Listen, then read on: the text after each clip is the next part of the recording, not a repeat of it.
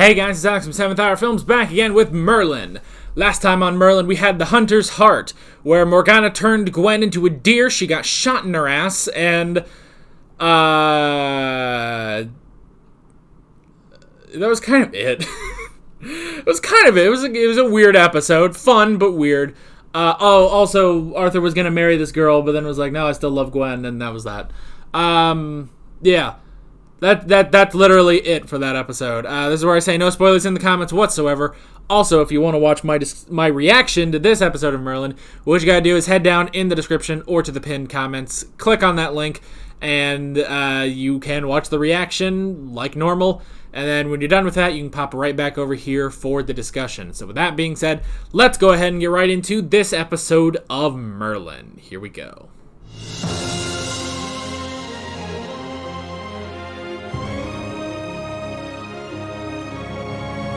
It almost feels like they took, like, they filmed the entire thing and it's like, okay, where do we put the cliffhanger? It's like, we'll put it in the middle of this action sequence. There you go. Man, oh man. Also, by the way, title of this episode, Spoilerville. There is no mention of the Sword and the Stone in this episode. There's no cast list. Uh-oh. The cast list is gone. Uh-oh. The cast list is gone. Alright, I'm gonna go to IMDb then. You guys know I love pulling up the cast list, but there's literally none on this episode for some reason. Not Merlin. Merlin. Okay, let me zoom it in so I can actually friggin' see.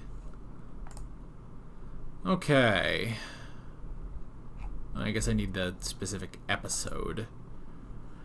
We need Season 4, Episode 12, The Sword and the Stone, Part 1. Again, no mention of the Sword and the Stone in this episode. So, okay, oh, Helios. That's the name of Morgana's new mister. Okay, Tristan was played by Ben. Okay, why does this guy look familiar? This guy looks like fucking Jason Isaacs.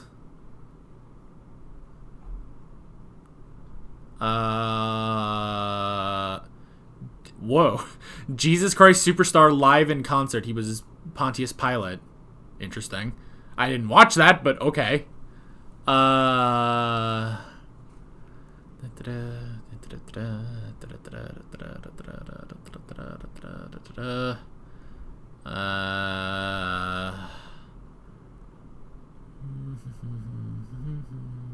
don't think I'm getting anything. No, I don't think I'm getting anything. Alright. Well, I had to check. Okay. That is The Sword and the Stone Part 1. Again, no mention of the Sword and the Stone in this episode. That is a spoilerific title right there. That we are going to be getting the Sword and the Stone in the next episode. But whatever, we can live with it.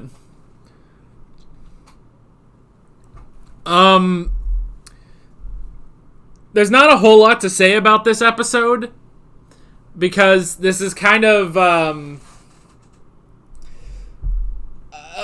this is kind of last finale, you know? Because last finale, you know, it was, they all escaped Camelot when Morgana and Morgause took over, and then they came in, and then they saved them, you know, after, you know, Arthur knighted everyone. So it's kind of like that, except all the knights have been captured, and I guess that's the other thing, is that it's already in part one, we have,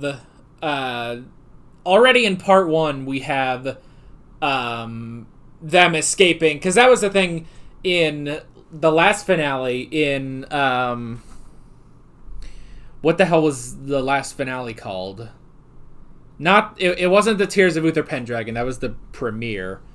It was The Coming of Arthur. That's it. It was in The Coming of Arthur Part 2 that they, escaped Camelot and had to, regroup outside and then go in and attack. This time, we're doing this in Part 1 of The Sword and the Stone. Again, spoilerific title. Now we all know that The Sword and the Stone is going to be involved in the next episode. So, yeah. Alright. But yeah, that's the thing, is that this episode was mainly escaping everyone. So I imagine we'll have a lot more to say next week. So, we can go ahead and get into the notes. The first thing I wrote down is the assault on Camelot. So yeah, we had, again, another assault on Camelot, which, we had that in the season 3 premiere and the season 3 finale. So, now granted, it was different in the season 3 premiere because only Merlin knew about Morgana, whereas, again, last time it's like, okay, well, in the last finale, it's like, okay, well, Morgana takes over, and she has her sidekick, Morgause, and, or you could probably say Senred. Although, no, Senred was dead before they even did that, wasn't he? Yeah. And then that was the episode where we learned that, this character that we thought, the brunette that we thought was good, no, that brunette is bad. The same thing happened here. Morgana, took control of Camelot. There was a battle. They had to escape, and the brunette turned out to be the bad guy. It's the same thing. Last season, the brunette was Morgana. This season, the brunette is Agravain. And look, I know I have expressed on these videos that I'm a brunette guy, but yeah, I prefer the last brunette over this one. Anyway. This is stupid. Anyway. So yeah, that's kind of that. We did finally had the reveal of Agravain. Again, it does sort of feel like Morgana, where, the Morgana came in and, revealed herself, and Arthur was watching, and he got all pissed. And this time, Agravain was walking with Morgana, and then Arthur saw and was pissed. It's the same thing. It's interesting because, you could argue that, like, oh, well, they're just they basically had to reuse the same plot line this season as they did last season, where, there's this one, again, there's a brunette who turns out to be the bad guy, and it's revealed to Arthur in the finale. But I like that they specifically mention it, that, like, hey, these people that I love, that I trusted, they betrayed me, they hate me, and I like Arthur, like, taking a moment, like, why do they hate me? And to be fair, honestly, it's not him. Like, that's the interesting thing about this, is that this is all about Uther. Uther, who's long dead now, he's been dead for a few months, at least. Like, that's the thing. For Morgana, it was taking out Uther, and she just needed to take out Arthur just because that's how she was going to get the throne, Honestly, if she had never learned that she was, if she had never learned that she was Uther's daughter,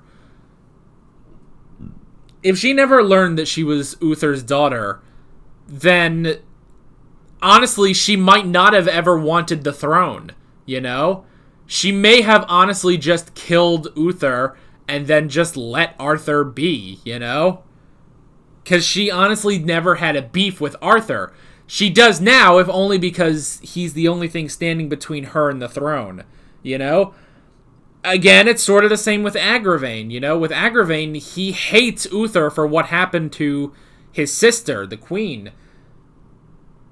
And, yeah, so he got Uther killed, and now he's just so devoted to Morgana that, again, all that stands between Morgana and the throne is Arthur, so he has to go against him now. Granted, yes, I think they did sort of... I think they explained that Agravain hates Arthur because it's the reason his sister died was to give Arthur life, which I can sort of understand. I still think it's bullshit, but I can understand that, you know? Like, I do, if that is his motivation, I get it, but still, it's, I don't know.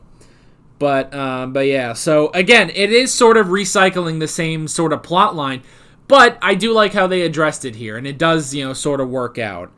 So yeah, and then we fled from Camelot, and the only way that they could get Arthur to flee from Camelot, which, they said is like, oh, well, they need to take away his will because he will never abandon his people. But he did have to escape last season, so I don't know what the issue is, but whatever. So yeah, he did have to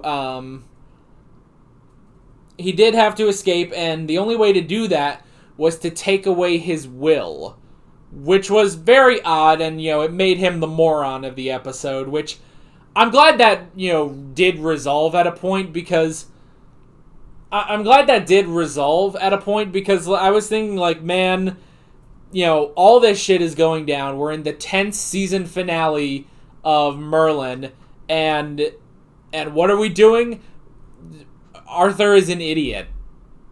Great. What a great day it is to be Bradley James, who has to be an idiot during this episode. But it did end up working out. It gave us our lighthearted moments, and it's over. That part is done, at least. So that's good. Which, how far into the episode did that last? It would have been... Yeah, so that's 10 minutes, and then it was all sort of resolved. Okay, so in total, in terms of runtime, it was about 16 minutes. 16 minutes of a 42-minute episode. 16 minutes of a 42 episode is not horrible, so... and even then, obviously he's not on screen that entire 16 minutes, but... So, it's okay. Again, though, it's like, alright, here we go with the goofy part of the episode, because there has to be something goofy going on. There has to be some sort of joke, and it is at Arthur's expense, so... Oh well. It was alright, but... Meh. Okay, interesting thing. Protect Morgana. So, Agravain definitely has feelings for Morgana. That much is pretty obvious. So I like that he's really looking out for her. Because honestly, yeah, it's like with everything that happened, it kind of seems like she got a new Agravain, with Helios. Yeah, Helios. That's it, not Elias. Helios. So it honestly did sort of seem like she got a new Agravain, and so you could almost say, like, okay, well, he's looking out for himself. He's trying to stay as her right hand man. But it is also he's looking out for her. He's saying, like, hey, because yeah, it's like you really don't know, like, if you kill Arthur and everyone, this guy might just kill you and then claim the throne. So that's the thing. So I really did like that when he went in and tried to, say, it's like, hey, you can't trust anyone. And obviously, she's kind of busting his balls about it. It's like, oh, and you're the only one I can trust. And he's like, yes, I am the only one you can trust. So I really did like that scene. We got the smugglers. That they were there. Honestly, it's like we got a little bit of, I guess, the reason that they're smuggling is because of the taxes and everything, and I don't know. It's like I feel like they wanted to do something there, but they haven't. Maybe next episode they will, but I mean, we have the guy that, oh, he hates the royals, but now he's come around to them, which is kind of which I think that's how Gwaine started, honestly. So, so that's the thing, you know? Like, that's the thing. I don't know. It's okay. It was good. Their acting was good, but I don't know. They weren't the most interesting thing. We had Gwaine who had to fight for his food, which, you know, at first I was like, oh man, you know, he's kind of tired and stuff, and it's like, well, wait, so you're going to have him fight in the middle of a circle of people, and he's just going to fight a big guy? This isn't like torture or anything. This is what Gwaine used to do just in general. He just used to go around and fight people. That's just what he did. It's how he passed the time, you know? But I do like, you know, he has to basically fight for any sort of food for him, Elian, and Gaius. So I like that. And yeah, he's definitely got his work cut out for him with all those guys he's going to have to beat in order to get enough food.